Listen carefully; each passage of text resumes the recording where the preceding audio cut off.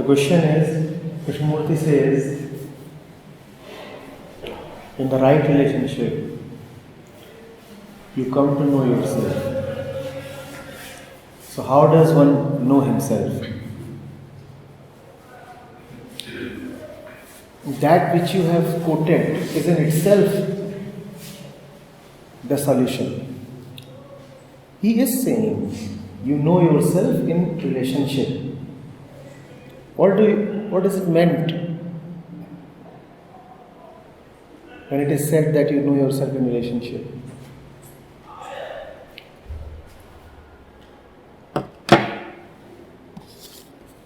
We always exist as somebody related to something. You take away everything outside of yourself, and it will become impossible for you to say even one sentence about yourself. Anything and everything that we utter about ourselves is related to the world, and the world is supposedly outside of yourself, is it not? Tell me anything about yourself. You would say you are a citizen of a particular country, and the country is outside of yourself, and hence your identity is in relation to something else, the country.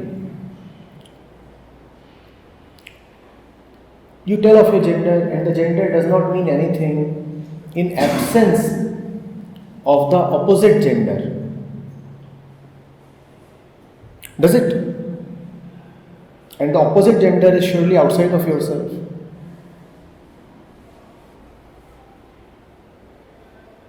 So, we do not exist in a silo. We do not exist ever in isolation. We exist always in relation to something or somebody.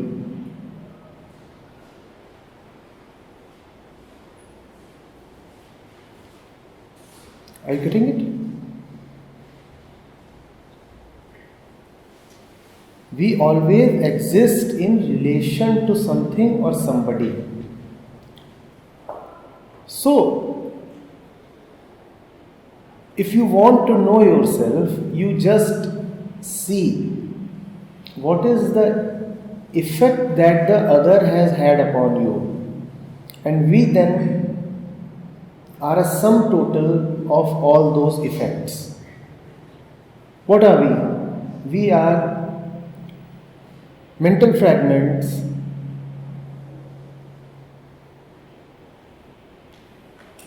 devoted to the nation, the society, the education, the upbringing, the commerce, the culture, the civilization. You want to look at yourself, you will have to look at the effect all these external influences have had upon you. We exist with respect to these influences. There is nothing in us that is not coming from somewhere or the other. So to know yourself is to know these things that are coming from somewhere or the other.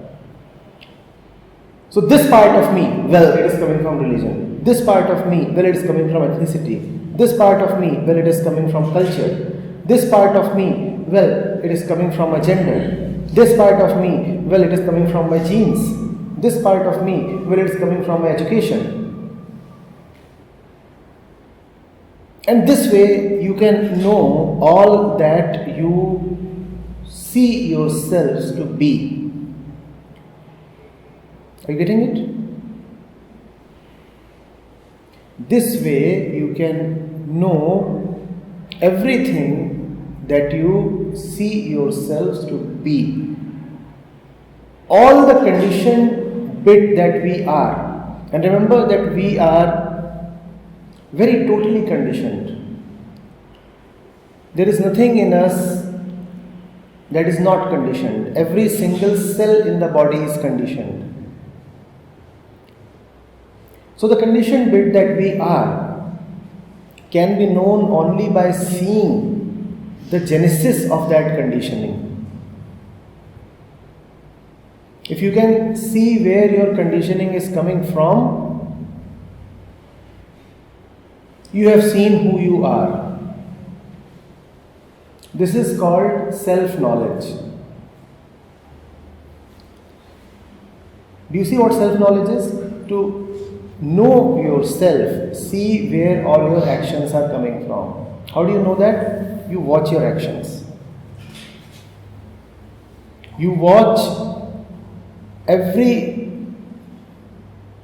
bit of yourself, your activities from morning till night, your thoughts, your inclinations, and you come to appreciate all the conditioning that has gone into making you. Right? This is self-knowledge. Self-knowledge is obtained by self-observation. Then there is something called self-realization. Self-realization is a little different from self-knowledge and also very closely related to self-knowledge. You see how deeply conditioned you are. The conditioning bit amounts to self-knowledge and the seeing bit amounts to self-realization. I repeat. You see how deeply conditioned you are, and everybody is deeply conditioned. As I said, every single fiber in the body is conditioned. So you see how deeply conditioned you are. The deeply conditioned part pertains to self-knowledge. And the seeing part, I am seeing how deeply conditioned I am. The seeing part pertains to self-realization. Self-realization is not objective. Self-realization is not knowledge. Self-realization cannot be wrote down, conceptualized or summarized or expressed. Self-realization or self-understanding is just silence. It is an absence of everything you thought yourselves to be. Everything that you thought yourselves to be is bracketed under self-knowledge. Your name, your gender, your caste, your religion, your education, your profession, your family, your views, your ideologies, all of them come under self-knowledge. Self-knowledge is the result of observation of life. Self-knowledge means you watch how you behave when you pass in front of a temple compared to when you pass in front of a railway station. Self-knowledge is to see how your relationships are with the man who owes you money compared to the man to whom you owe money. When you look at all that, what you get is self-knowledge. This is the way I am. This is the way my habits and tendencies are. Getting it? And the power to see all this, the beginning of seeing all this, and the ending of seeing all this, the entire environment of seeing all this, that is called self-realization. Self-realization is nothing because anyway the self is nothing, the self is all false. The self is all nothing, the self is all false. So self-realization too is just nothing. Just nothing. It is an emptiness. It is a peaceful silence. If you say you are self-realized and still you have something more to say about yourself, then all you have is a concept of self-realization. Self-realization actually is not a word at all, because a word ought to have some meaning. A word ought to have some content. Self-realization has no content at all. Self-realization is an empty cup that is empty even of the cup. You usually have cups that are empty of content. Self-realization is a cup that is empty even of the cup. Now what do you hold? It's a cup that you cannot hold. It's a cup that you cannot drink from, because not only does it not have the drink, it also does not have the cup. So self-realization really cannot quench your thirst for knowledge. You cannot drink from it. Self-realization then is only for those who have no thirst left. Self-realization is only for those who do not need to drink any further because they are already drunk on life. Self-realization then is for those who have passed out, so drunk that they are gone now.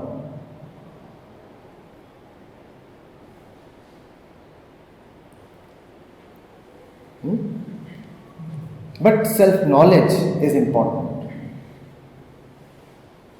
Self-realization is not something that you can work on.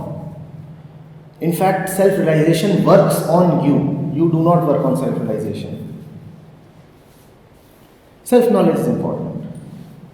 That is the maximum you can do. Self-realization is not a product of your doing. Self-knowledge, well, yes, there your free will and your consent have some role to play. You can decide to observe and you can decide to remain unobservant. Are you getting it? We really can. I mean, we really can choose, or it's like... At least superficially, yeah, a choice exists there. In self-realization, even that choice, even superficially, it does not exist.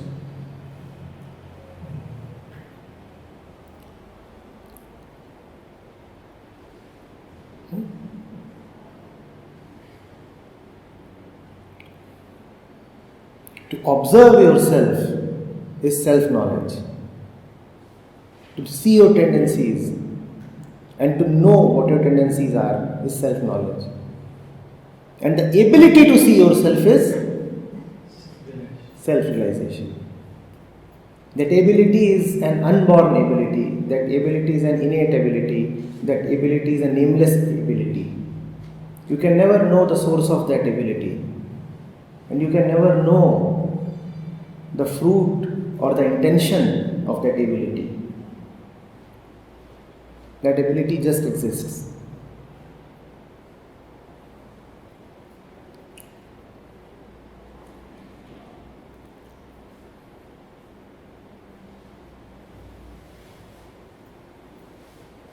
What is the meaning of self and self-realization? Ego. Oh, in self-realization, self means nothing, because self-realization too means nothing. In self-knowledge, the self is ego.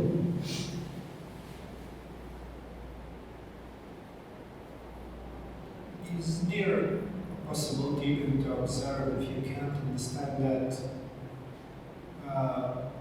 you are created by God?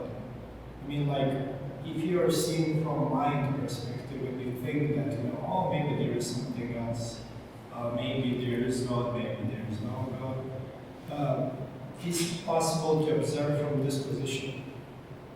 Or you have to realize first that not mind or anything else created you, you are created by God. Observation cannot happen from any position.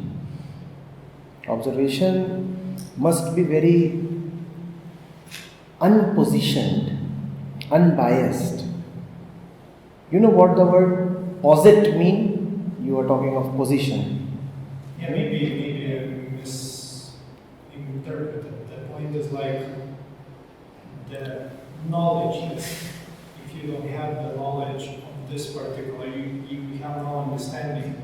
For example, you think that there is something else, like maybe there is aliens that created me and that's what you're sticking of, like for example mind idea, but not that God created.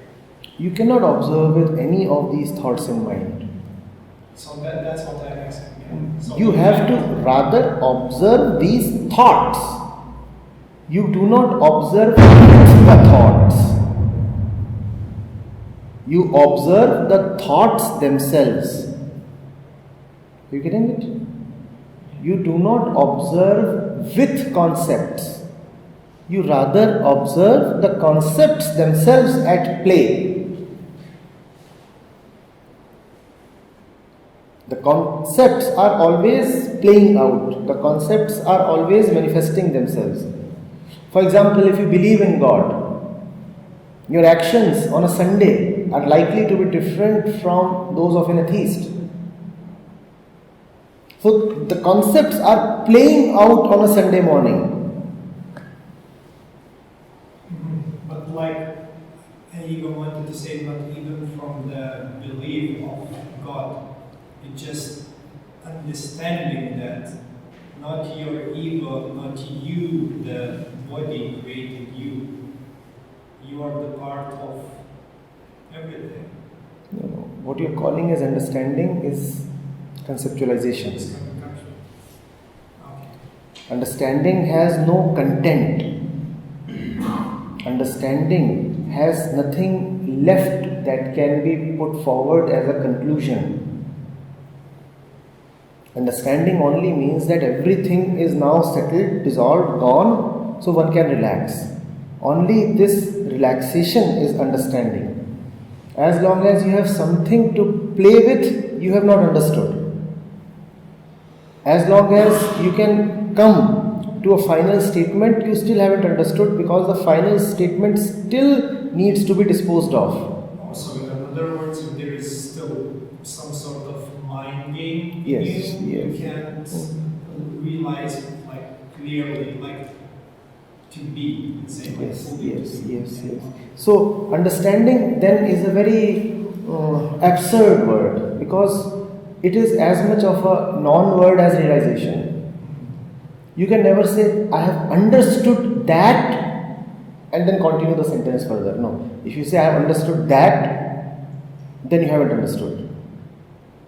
Because it's everything, the whole understanding is in our mind. To understand is to be at a situation where everything has cancelled out everything else, where everything has dissolved in some super solvent. The thing and its opposite both have dissolved in the super solvent. That is understanding. So not only has one thought dissolved, the opposite of that thought has also dissolved, so you have left with nowhere to go. That is understanding. That's why I am calling it a super solvent. It is dissolving both ends of duality. What happens in concept formation is that you take positions. And I was talking about the origin of the word position. To posit is to assume. So every position is just an assumption. You take positions, and when one position is challenged, you find a safe sanctuary in the opposite position. For example, one position is God exists, and someone comes and challenges this position. What do? You then find a home in the position that God does not exist. No. This is again the ancient game of seeking refuge in concepts. To understand is to dissolve both the positions simultaneously. Both ends of duality are gone, and now you are resting in non-dual understanding. So what did you understand? Well, you can't say anything. Does God exist? You are silent. Does God not exist? Again you are silent. To understand does not mean that you have taken one position over the other. To understand means that there is such a super solvent that has dissolved both simultaneously. God exists, does not exist for you anymore. And God does not exist, too does not exist for you anymore. It is this divine ambiguity that is non-duality. Are you getting it? To understand is to be free of both the concepts parallelly, together at the same time. Does God exist? Silence. Does God not exist? Silence. I don't have any position to take on this. I am free of all positions. That is understanding.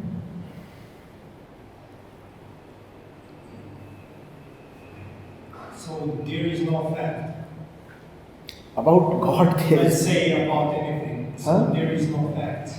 About God there is no fact. About him, like there is no facts at all. There are no facts? Any, like I'm just asking about all facts. Till the time you are dwelling in the world of facts, you will have to stay content with knowledge. Yeah. Understanding is not related to facts. Facts are wonderful. They will contribute to good knowledge, right knowledge, unadulterated knowledge. But that is still not understanding. If you know the facts, then you come to pure knowledge. But even pure knowledge is not understanding. Okay, so does the pure knowledge is useful? Yes, it is useful because pure knowledge dissolves on its own. Eventually. I see. Okay, so that's about probably what I was talking about. Fact like pure knowledge. That which we are discussing, that which you are reading since 3 days, that is pure knowledge. This pure knowledge has no tendency to stick or hang around or linger on. It is like a time bomb. It exists only to explode and get lost. It is a self-disappearing thing. It has no tendency to continue in time. In fact, it exists to dissolve all pre-existing knowledge and then also disappear by itself. That is self. That is the right knowledge.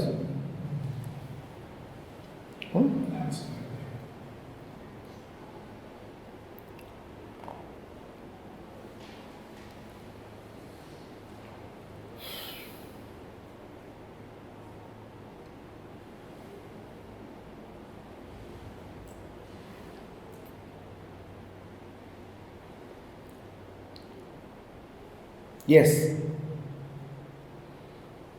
Clear?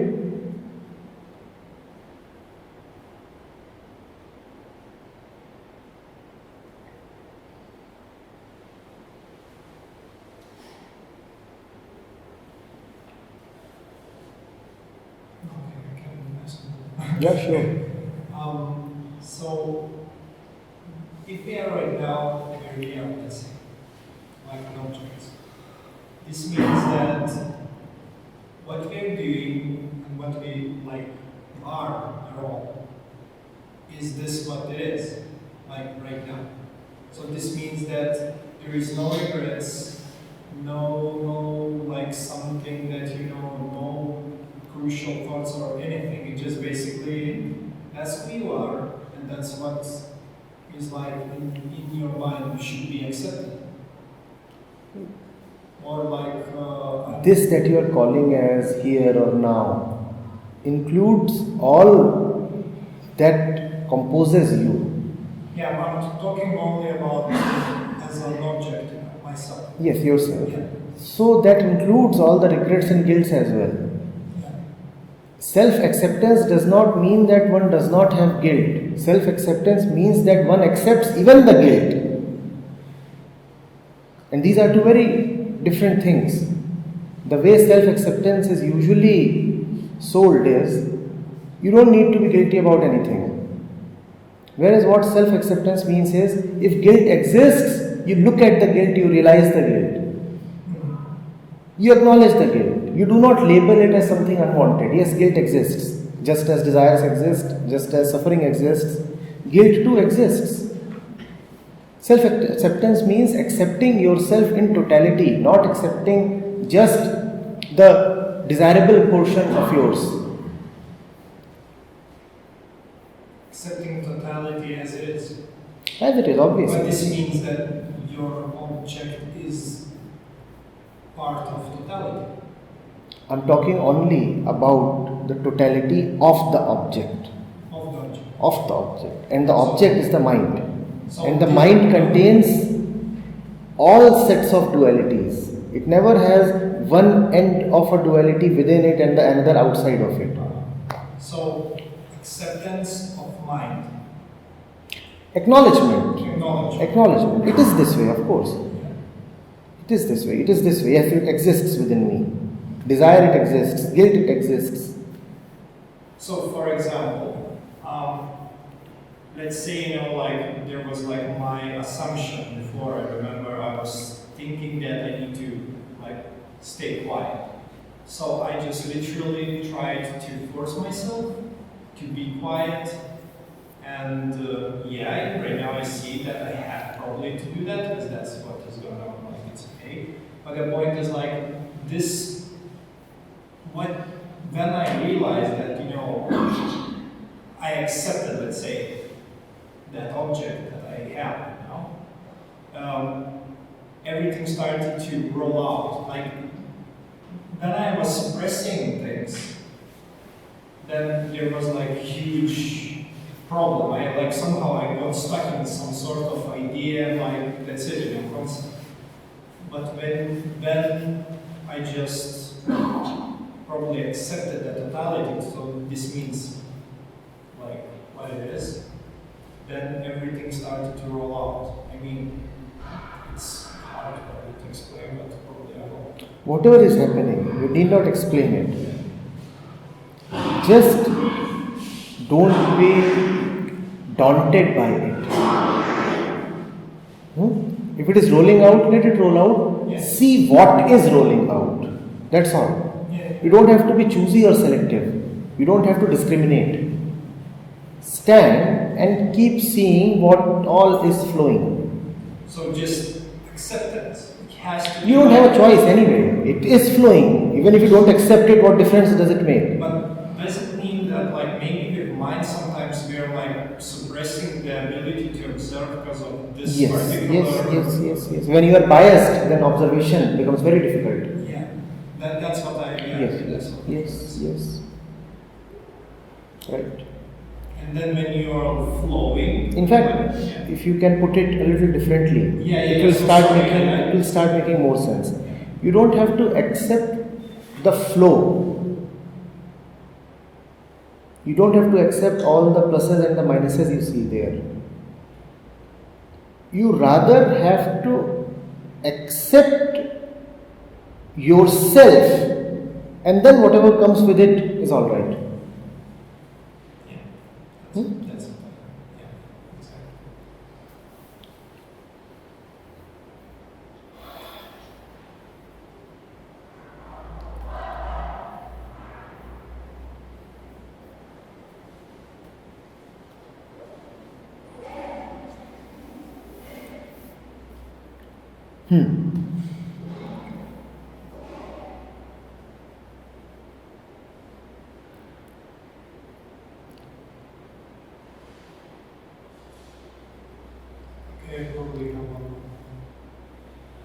So, when you are in this acceptance of self, this means that the knowledge is the only, like when I'm seeing from right now, the knowledge is the everything what you need, like I'd say. Because if you don't have understanding or knowledge, you can't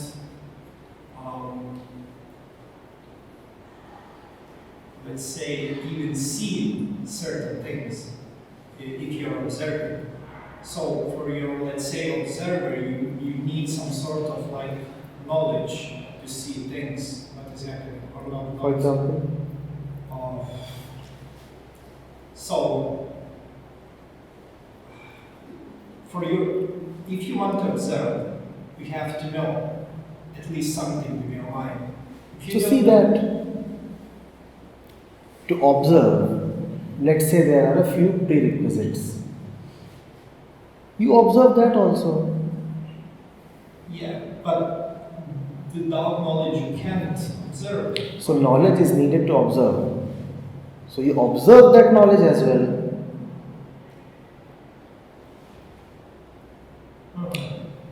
You need legs so that you can walk up to that flower. You observe both the flower and the movement of the legs.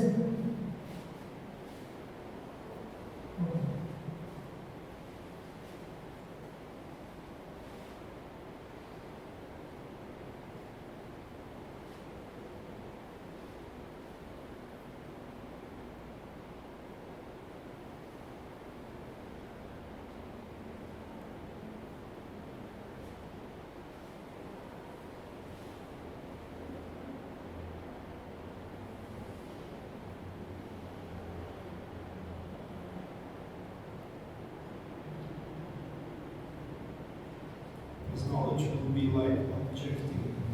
Knowledge is an object. What else is it? The flower is there and the legs are there and both are objects. So what you're saying, you don't need to add any extra stuff. No. We have already plenty of things, Yes. and we just need to observe. Of course. Okay, but like I'm was talking more about identification, identifying what you already have, so without understanding what you. But that thing is already in you, so automatically that will so okay. But that's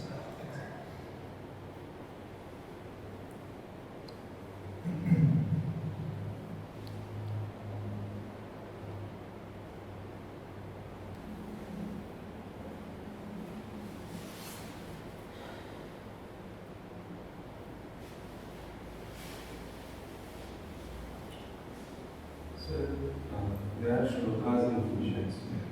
They are like formulas, sutras. And then there is songs of Kabir.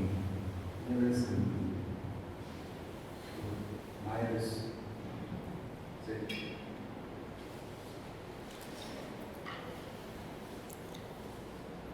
The source is the same, it just depends on the audience. Kabir was talking to the general folks.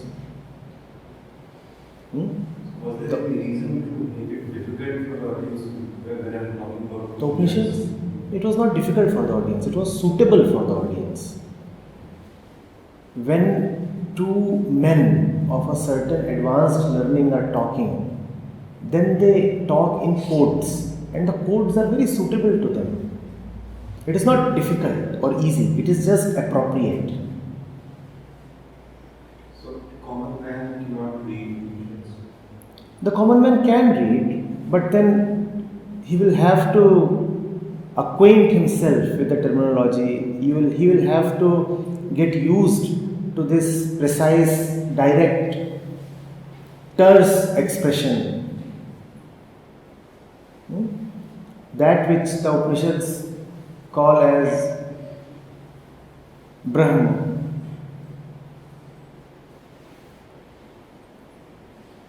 Or the mind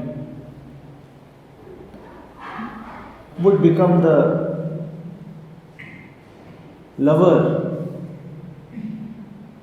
and the woman in Kabir's parlance.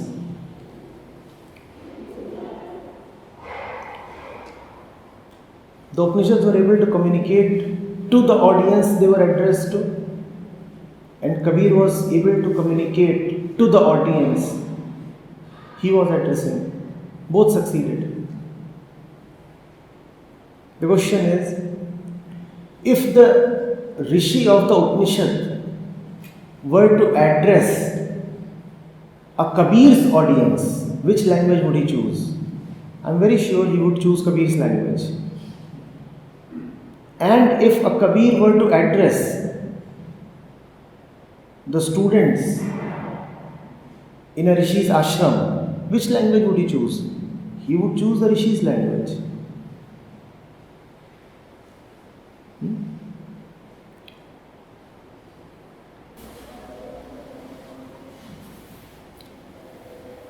So, for example, for example, reading books that provides that kind of knowledge that we said before. What was the name? Pure knowledge. That's the whole goal of like the point of what we are doing. Yes. Speaking. Yes. Yes. So this gives like help for to observe and to see. Like, This in more detail. clears the mind. Yeah, clears the mind. It's a solvent. The scriptures have also variously called it as a holy fire. A holy fire that burns down everything that is there in the mind.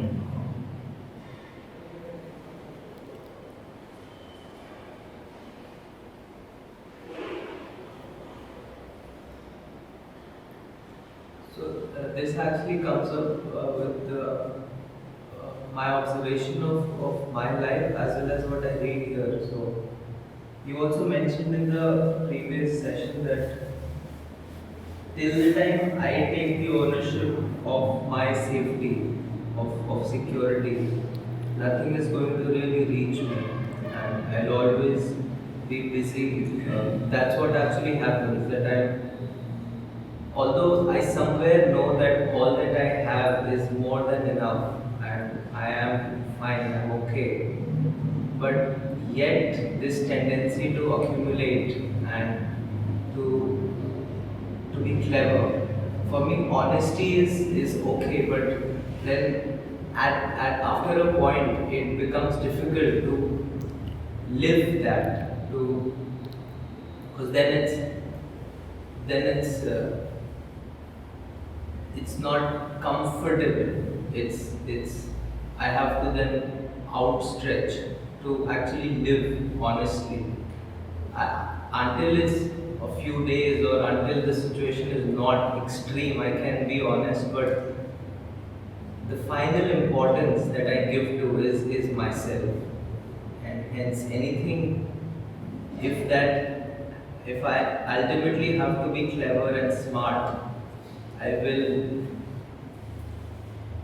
let go of honesty.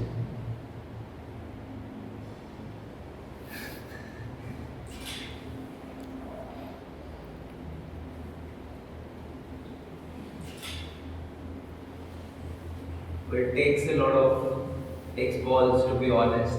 Seriously. You have them.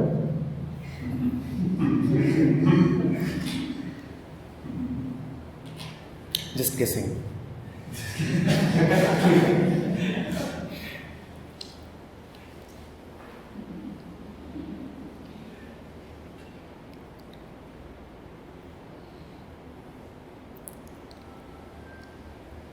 No, I'm sure.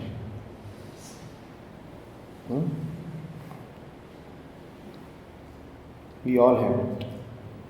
There is no need to be doubtful of the essential.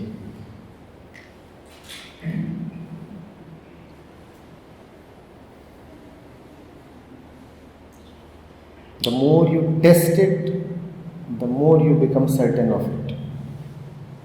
So you can fearlessly test it.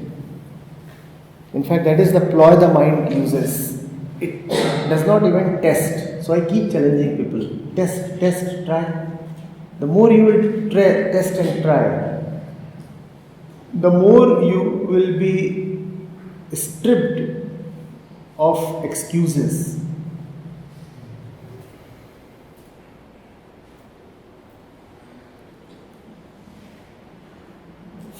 So try.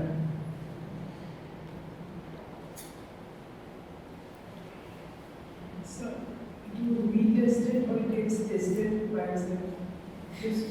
It's not like I prefer testing it. It does not doubt itself. So why will it test itself? You doubt it, so you test. God has no self-doubt. God does not look at the mirror 10 times before attending a party. You have doubts on God. So you test God and see whether He fails you. That's what I'm saying. It's not that I choose to test. Situations happen and it gets tested. Though you must choose to test, just as you choose so many other things. Don't you live in a world of choices, even if it is a make-believe world? So just as you exercise other choices, consciously exercise this choice as well. Now, this choice may itself not be a choice at all if looked at in totality. But still, in your frame of reference, it is a choice. You do think that you have a choice. When you go to select a pair of shoes, don't you exercise a choice? Similarly, exercise a choice when it comes to testing versus non-testing.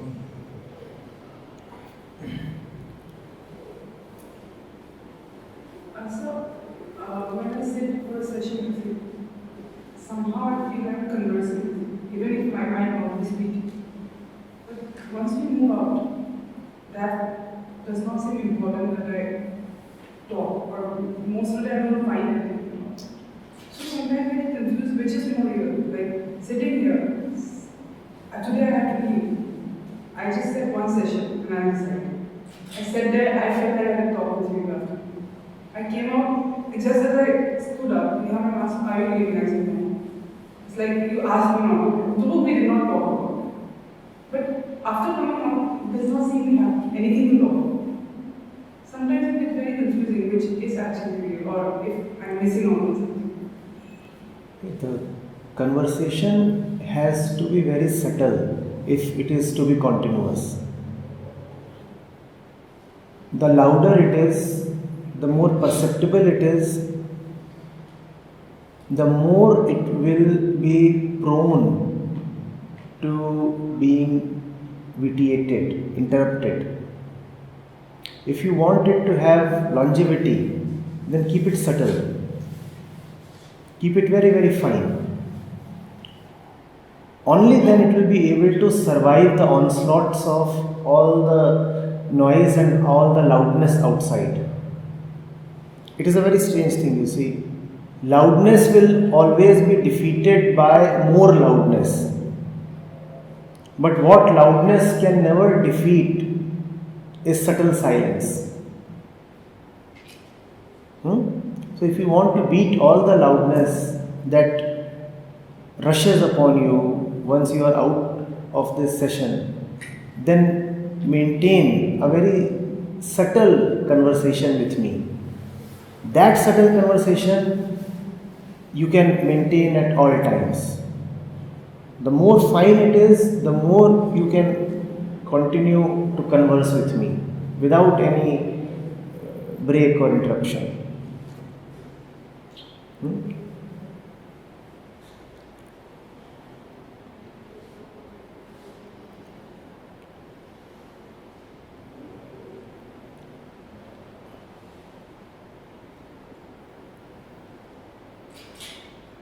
Sir, it has happened like twice till now, which were really very strong experiences, which I had also personally shared with you. That you become very certain and you feel like this is it, you get it. Then after a while it resides. And even yesterday it was very, very sure, even in the morning it was very, very sure that this is it, there is no more. There's hardly anything to even speak. It's very certain. So, do these things are meant for deciding that they don't stay or they are supposed to stay? I don't know why I even asking, but it should not stay. If it stays, it would have been a burden that I'll have to remember again and again. But are these things like this? That they don't stay? They must stay. Till the time other stuff in your mind is staying, this too must stay. The super solvent must disappear, but only after it has dissolved away everything. This knowledge that you are getting from the scriptures or the sessions must disappear, but not before all the rubbish too has disappeared. Otherwise, the medicine has disappeared, leaving the disease behind, intact. See, what is knowledge? All that the senses gather through experience and observation and then put in some kind of a structure is knowledge.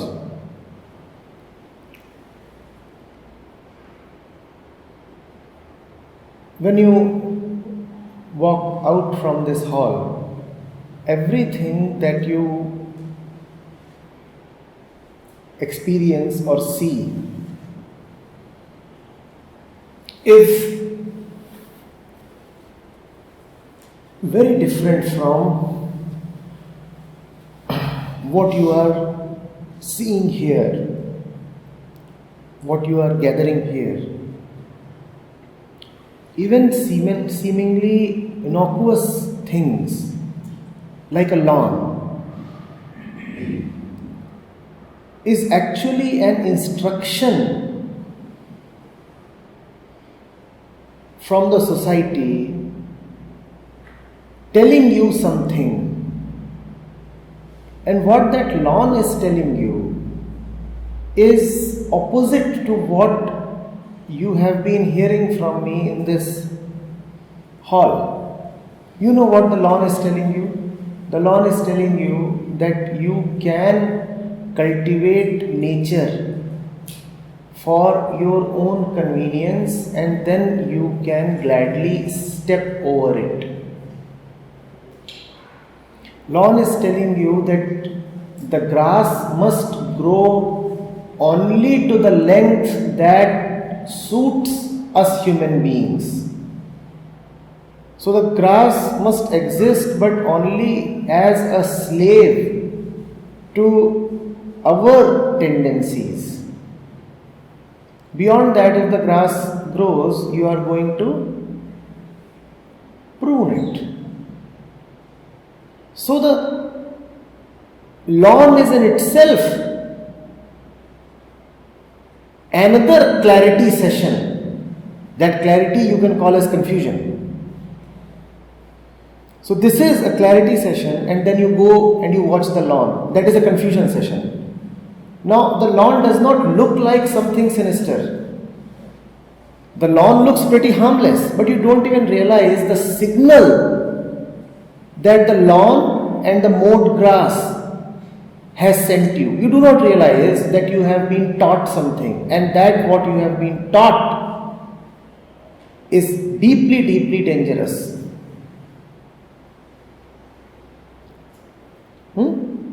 You look at the buildings when you go out. You look at the faces of men. You look at the way people are conversating. And all of that is educating you. All of that is sending you signals. All of that is conditioning you. Here you are seeing me speak. Outside there are tens others who are speaking. And they are speaking just as they have been conditioned to speak. Even their sight is not something that helps you remain clean. Just the sight, even if you don't hear what they are speaking, even if you just watch their faces as they speak, you are corrupted. A totally different world of powerful influences crowds in upon you the moment you step out. Different voices, different sides, different concerns, different priorities, a different dimension of being. You go to the dining hall to eat your dinner. Do you know how deeply that place is conditioning you? That place is telling you that to eat your dinner, you first have to organize your stuff. that dining hall is a pretty much organized place. You know what organization means? Planning. Jesus tells you that the Lord will take care of your bread. But that is not what this dining hall is telling you. The dining hall has been arranged by man. Everything there is planned out. The chairs are exactly 4 in number around each table. There is a man-made order. You don't realize that. You don't watch so attentively that you can catch it. You don't see that it is not merely a dining hall. It is a center of education, and that education is ruining you. You see how all the vessels are arranged on the table. Do you know what message is that giving you?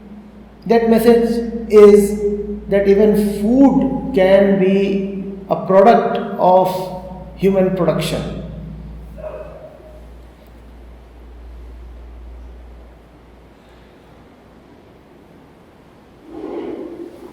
Are you getting it? The message that is being sent is that if you are the body, then the basic sustenance of the body comes from man's efforts.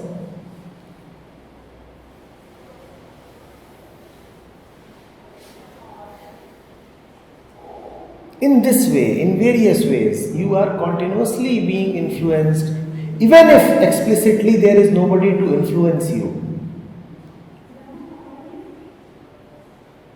That is the reason why living solitarily has been used since long time as a method in spirituality. How effective that method is and in what conditions, that is another topic of discussion. But for this discussion, it suffices to say that at least some people have found it effective under certain conditions to put themselves in a solitary state where they have nobody to talk to, where they have nothing man-made to look at. It helps.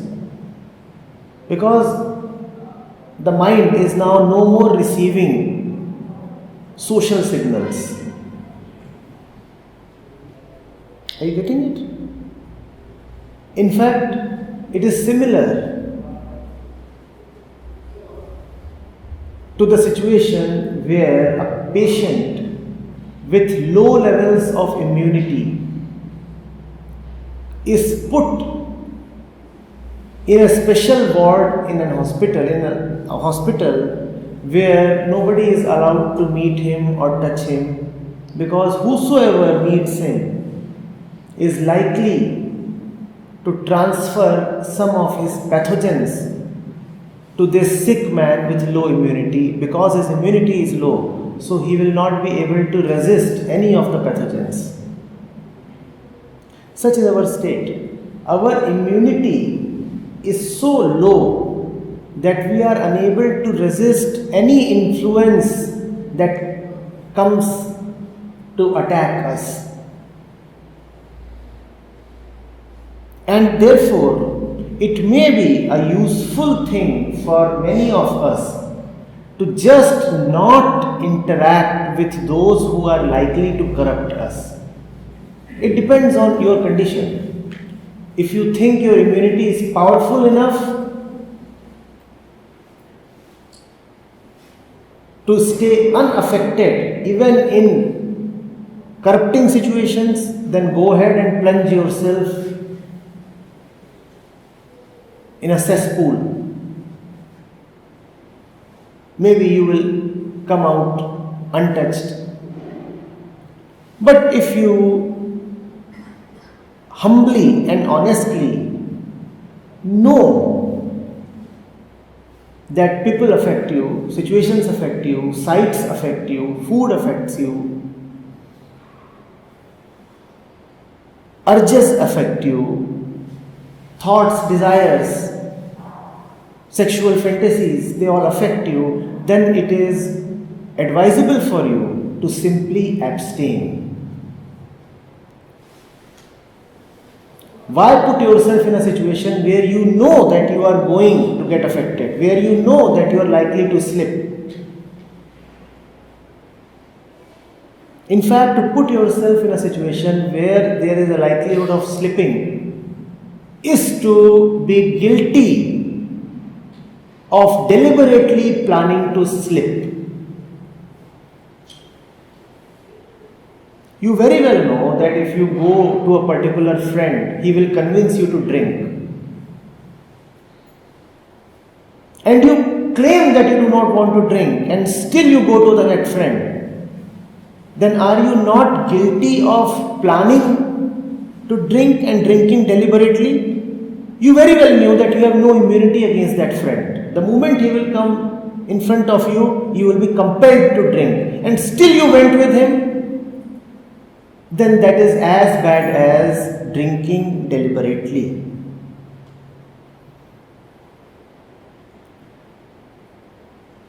Getting it? Abstinence has its virtues. Depends. For whom? For the one who knows his immunity to be low, who knows his internal defense, his internal resistance to be low. Mind you, if your internal resistance is low and you still fall a victim to the pathogens, then your low immunity will be even further lowered. Are you getting it? You already had low immunity and you fell sick. Now what is going to happen to your immunity level? It will drop down even further. So good for you. Don't invite those situations. Just stay away.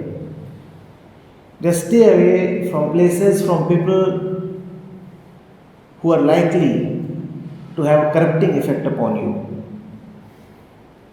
Don't remain in fantasies about your powers. You should humbly accept that you just don't have any power to resist. When the moment to slip will come, you will gladly slip. So why pretend that you will enter the coal mine and still come out untouched and pristine white? You very well know that when you enter the coal mine, it will be next to impossible for you to emerge neat and clean. Now why are you entering the coal mine?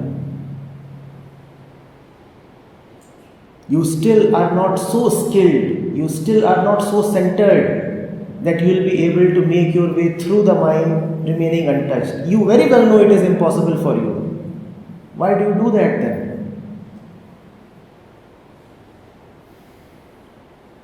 Avoid, abstain.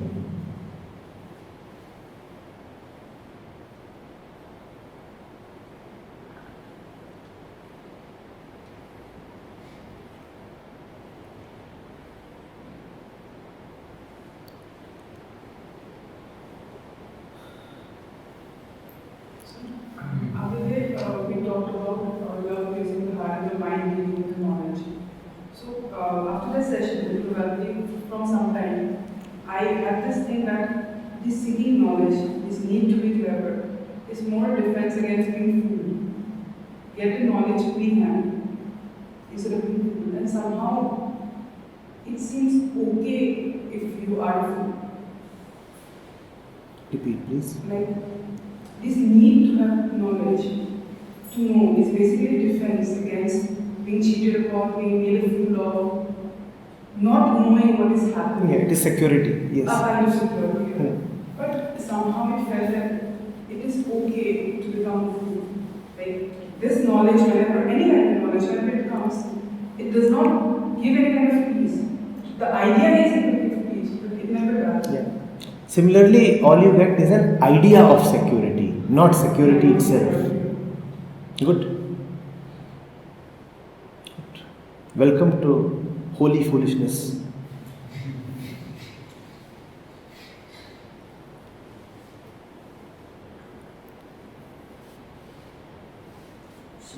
I received what you just said rightly. You're saying that one is if one is weak and one easily gets shaken, and one ought to be exclusive in experiences. You need to block off certain experiences.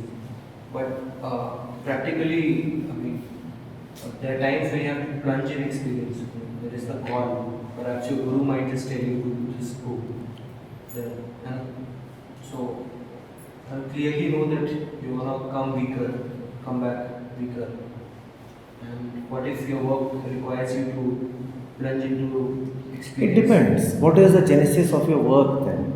You see, when a patient is quarantined, then he has been cut off from the entire world except one person. Who is that one person? The doctor. Now, if the question is, what if the doctor is saying that you take such and such medicines? Well, go ahead and take those medicines. Because it is the doctor who is making the decision in the first place to quarantine you. Your question is tantamount to asking, when I have been put in isolation, why should I meet even the doctor? That is what the patient is asking. When the entire world can influence me, my immunity is so weak, won't even the doctor influence me? So the logic is, when I must not let any influences come to me, I must also not let the doctor come to me. That is silly. It's not just about the doctor, it's the entire hospital. One is afraid. If it is not a really sick hospital, then the doctor is one with the hospital.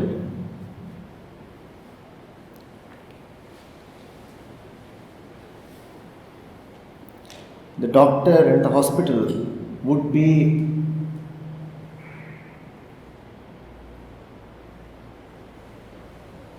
one and the same thing. And if they are not, then again, the only fellow who can resolve the situation is the doctor. Let's say there is a nurse attending to you and she is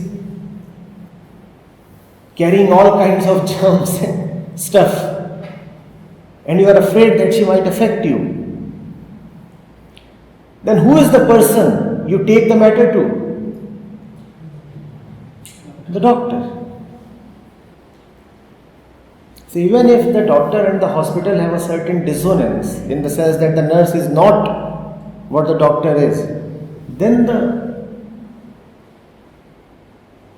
thing still goes to the doctor.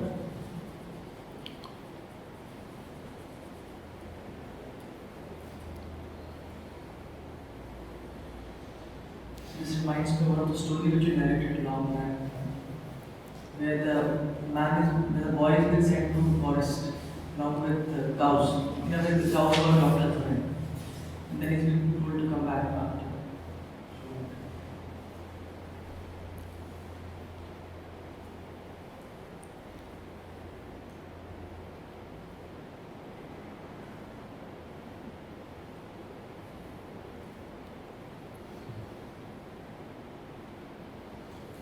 The question is in reference to the word used, that this conventional brahmacharya.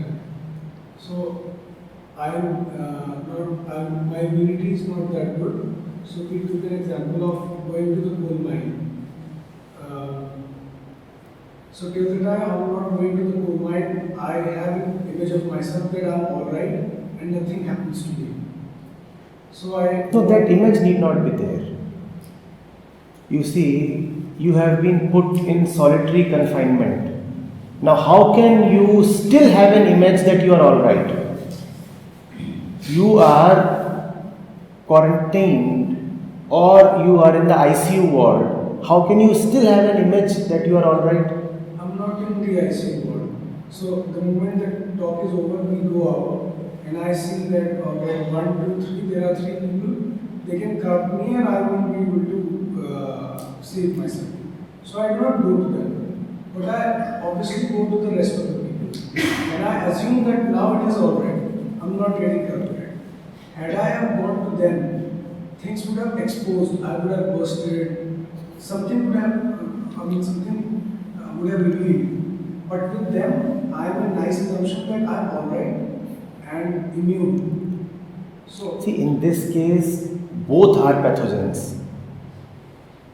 And also, the phenomena that you are talking of, exposure, that need not necessarily happen. You may go somewhere and not explode, not even simmer. Even explosion requires a certain courage.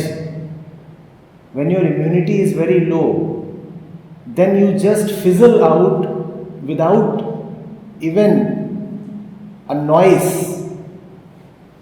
There need not be any explosion, it's not necessary. How often do you see people exploding? It does not happen too frequently. Even for explosion to happen, there must be some substance within. It doesn't happen. The whole thing is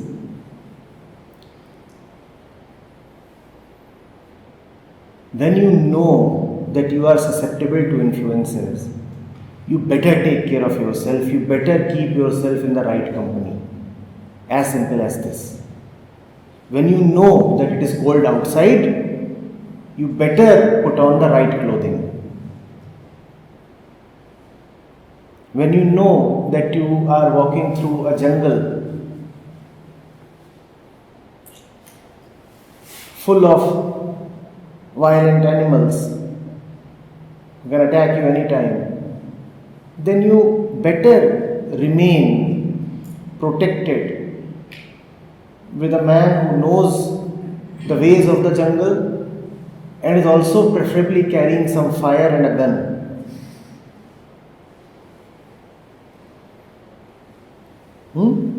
Remain in the right company. If you don't have the company of the man with knowledge of the jungle and the fire, then you will have to bear the company of the lions and the hyenas. That is what happens. Walking through the jungle, you leave the man who is carrying the fire, the light, and then you are gone, finished. So stick to the light, stay close together, and it doesn't matter for how long you lose the contact. If you lose contact even for 2 minutes, it is quite possible that you have lost the light forever. That is why saints have called it a very difficult path. Rahiman धागा प्रेम का मत तोड़ो चटकाए, जोड़े से फिर ना जुड़े, जुड़े गांठ पड़ी जाए. Don't let it snap even once. If it has snapped once, it is impossible to repair the thing. And even if you repair it, it will carry an ugly knot. Don't distance yourself even for 2 minutes. Love is what connects you to God. Love is what connects you to the Beloved. Don't desert Him even for a minute. Who knows what will happen to you in that minute? Who knows what decision you will take? And who knows what will be the lifelong repercussions of that decision? 1 minute is a lifetime. 1 day is a lifetime.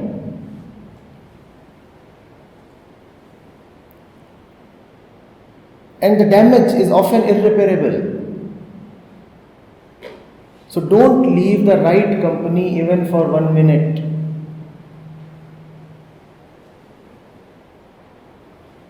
You may have to pay the price of 1 day or 1 night all your life.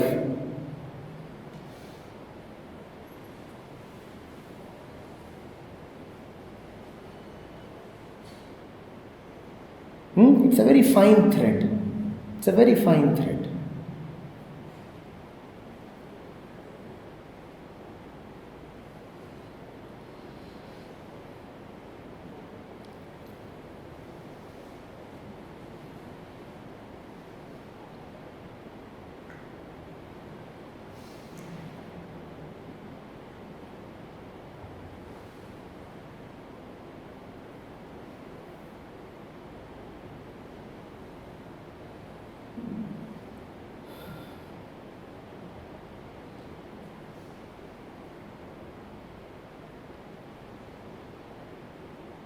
When you are hanging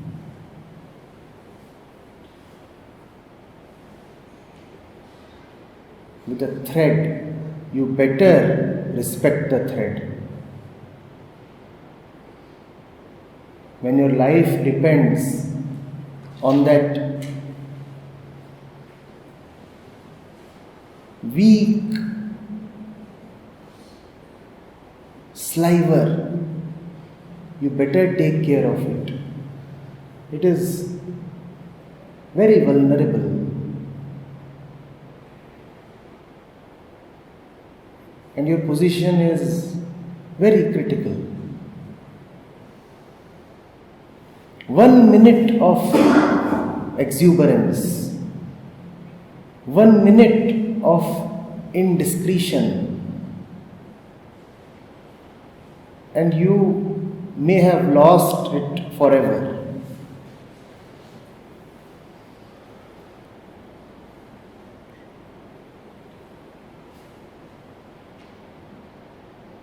Be careful.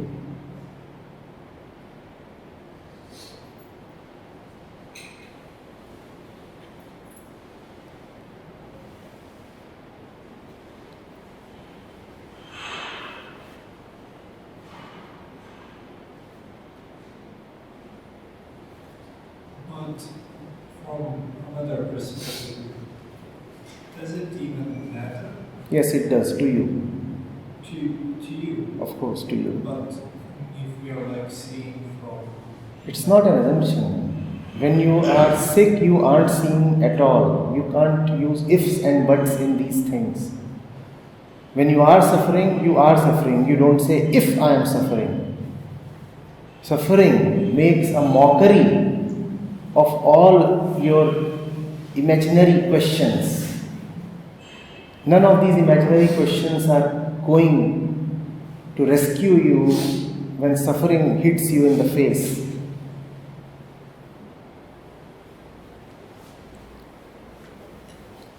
Do you ever say, if I am suffering? Is suffering an imaginary concept?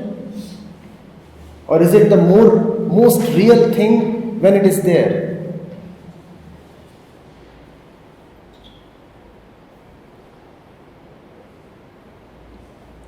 I repeat,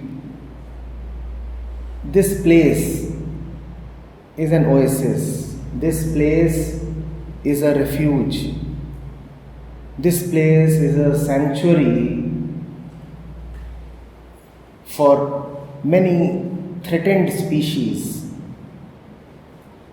When you wander outside, wander with caution.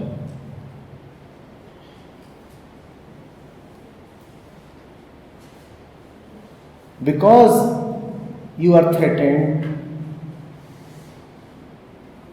you do not know how deeply threatened you are. I repeat this. Because you are threatened, you have lost your discrimination. You have lost your observation. You do not even know what all dangers wait for you the moment you move outside this hall, this field of awareness.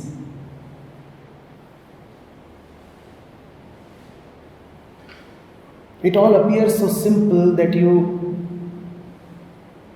do not even appreciate that you are being shielded, because you don't see the shield, because the shield is so perfectly made that it is too subtle to be seen. It is a very, very fine armor all around you.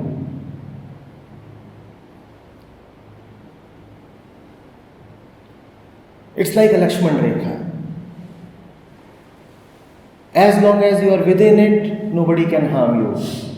You step out, and then there are many demons waiting for your flesh.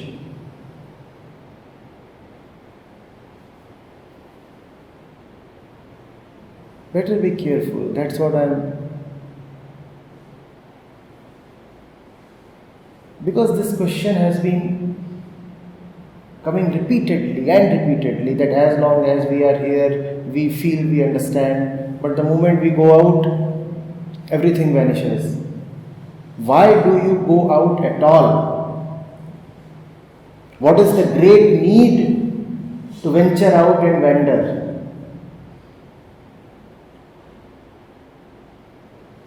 Please, I want to understand this.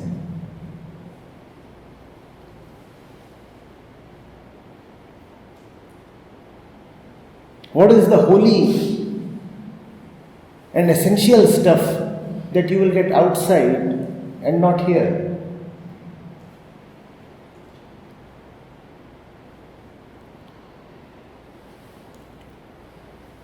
Saving a patient takes many, many years of careful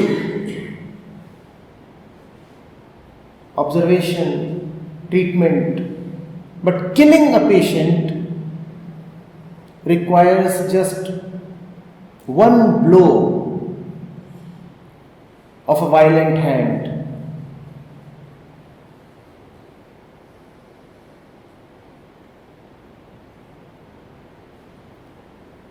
For 1 year you can stay protected in this field, and for one night you can venture out and get killed.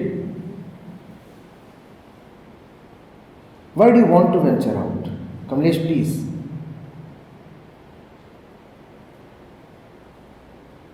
"10 years of protection can be undone in one night.